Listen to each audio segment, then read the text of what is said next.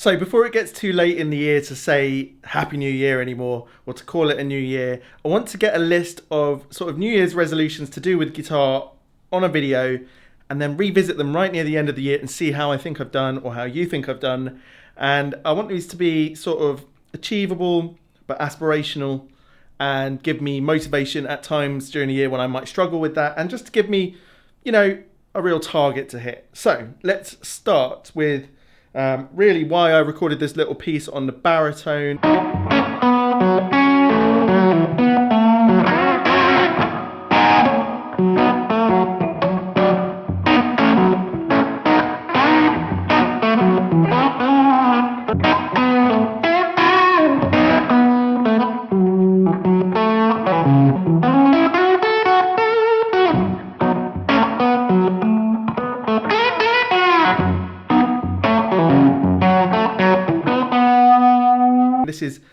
This is the sort of style of music that naturally I seem to play, which I call like a sort of rock blues something.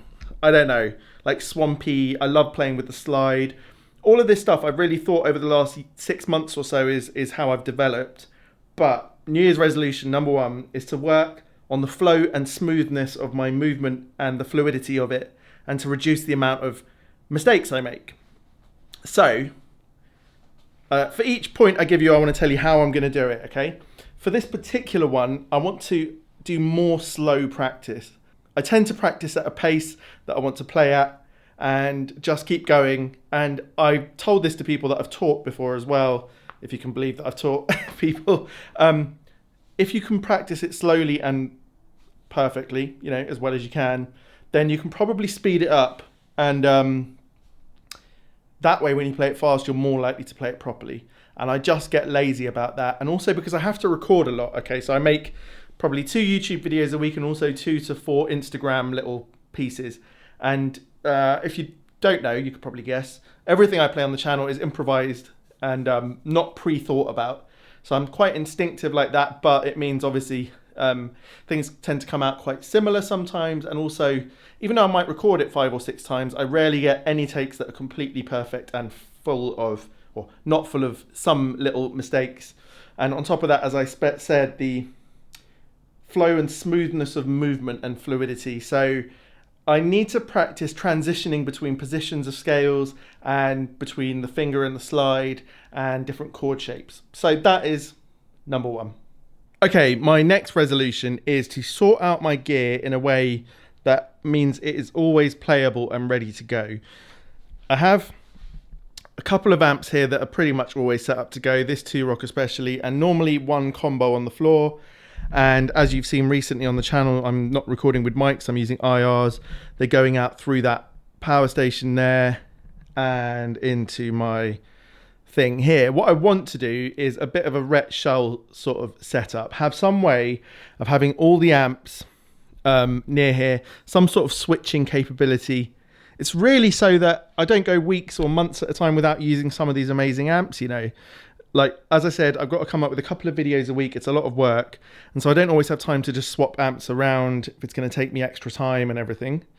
So really, I want them all ready and set up to go and create a nice, peaceful environment. And, you know, I want to think less about setup and how I do these things, which means I need to do a really deep thought on how to do it properly one time. Whether I get some sort of shelving unit somewhere over here and put all the heads, for example. I mean, okay, I say all the heads. I've got 1, 2, 3, 4, and there'll be my Joey Landreth 2-rock that comes later in the year. And then all these combos, whether I get a stand made or something. But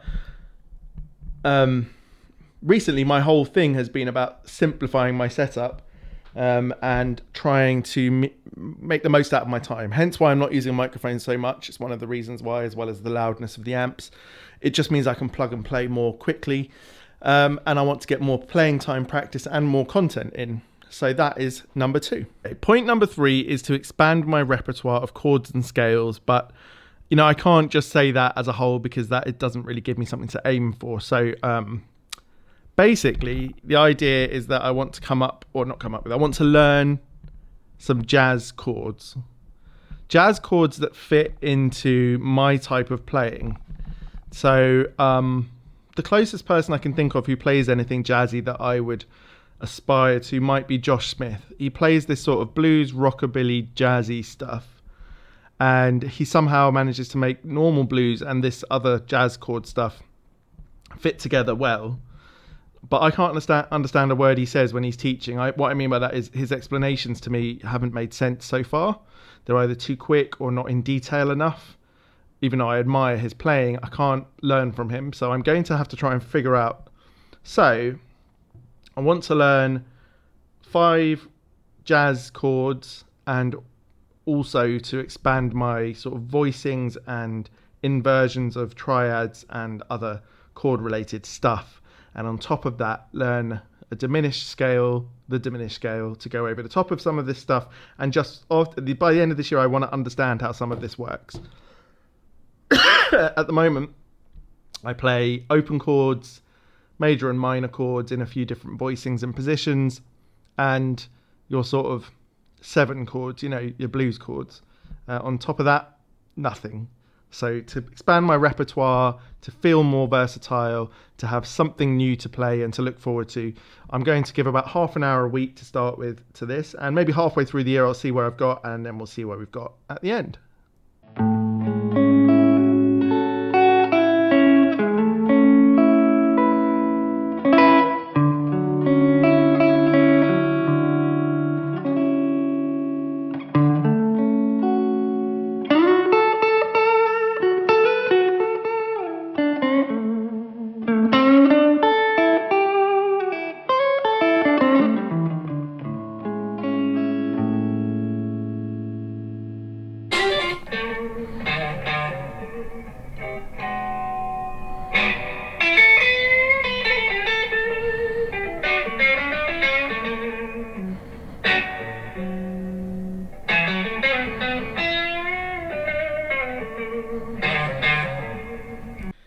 Okay, so something I started doing last year was looking at Instagram, finding some of my favourite players, and this example is Scott McKeon, and watching one of their videos and sitting there for half an hour to an hour in the morning before I started recording anything and trying to learn some of their phrasing or their licks or the way they play, and try and learn by ear and get better at that. And ultimately, although I never mentioned it, it did help me a bit, and it did help me to progress a little bit, but I want to put more time, more effort into it and give it more importance in my overall practice. So I can't put an amount on it, but I think what I'd like to do is 2 mornings a week, 45 minutes to an hour with a clip that I find. And maybe what I'll do is occasionally film some of it and then show you how I've progressed with that.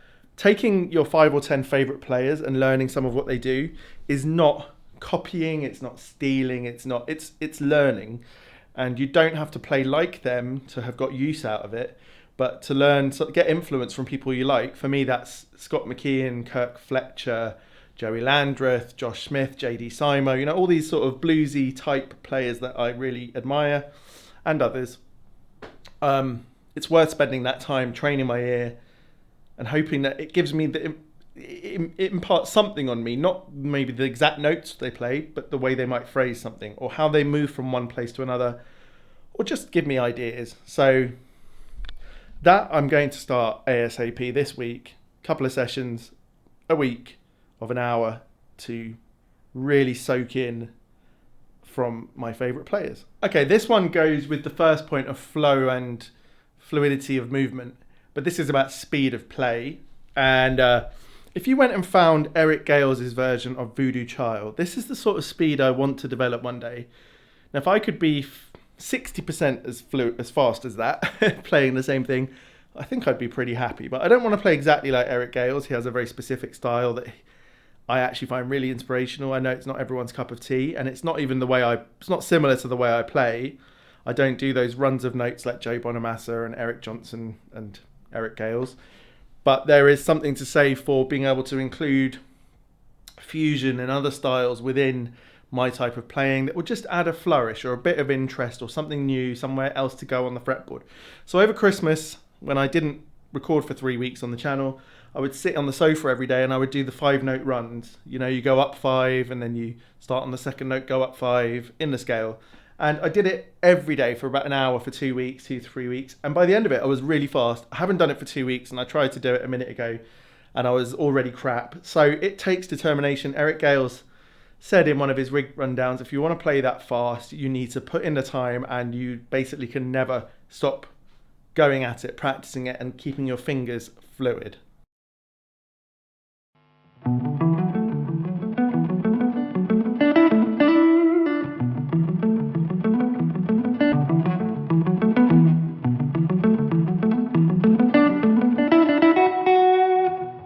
Okay, I think you see what I mean there. It's not exactly Eric Gales, but that's the sort of thing I want to just practice whenever, wherever. I don't have to be plugged into an amp, just to keep my fingers trying to get faster. Okay, the last one. And this one might not make sense to some of you, but some of you I think it will. Obviously, I have a lot of guitar gear. If you watch my gear collection update from a couple of days ago, you'll know that.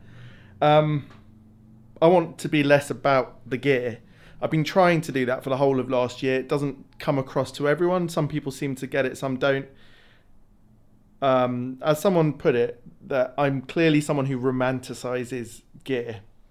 So I think I've got upset with people in the past when they sort of imply that I'm just about the gear itself. It's never been about the acquisition or collecting it or accumulating it. It's about how it relates to how I'm doing, what I'm trying to progress, how I'm feeling, all of these different things. And it just doesn't make sense to some people. And on the other hand, I can tell from messages I get that it does make sense to people. I'm definitely at a point where I don't get as much gas, and I don't feel the need to be buying stuff. And my aim was always to just try as many things as possible so that I knew what I liked. And I've come to some realizations. And so this year on the channel, there'll be the odd bit of new gear. But for example, I don't really buy pedals much anymore. There is one pedal I'm interested in, and that is this new Josh Smith one that he's been showing off on his Instagram. I'm not really sure exactly what it does, but it looks really cool. So that might be something I'm interested in if I think it's going to be useful for me. And the other one was actually Josh Smith, the Eventide H9, but it's a new version of that, which has so many different effects, just because it would simplify. I wouldn't need different effect pedals apart from, an overdrive, a fuzz, and the Eventide perhaps. But I don't even think about it very often, to be honest with you.